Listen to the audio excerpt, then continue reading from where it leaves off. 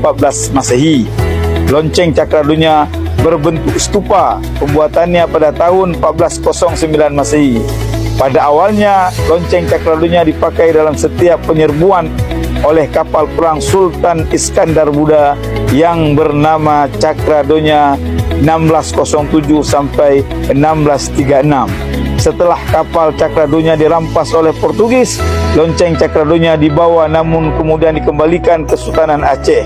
Lonceng Cakradonya kemudian disimpan dalam kompleks Istana Darud Dunia di sudut kanan Masjid Raya Baitur Rahman.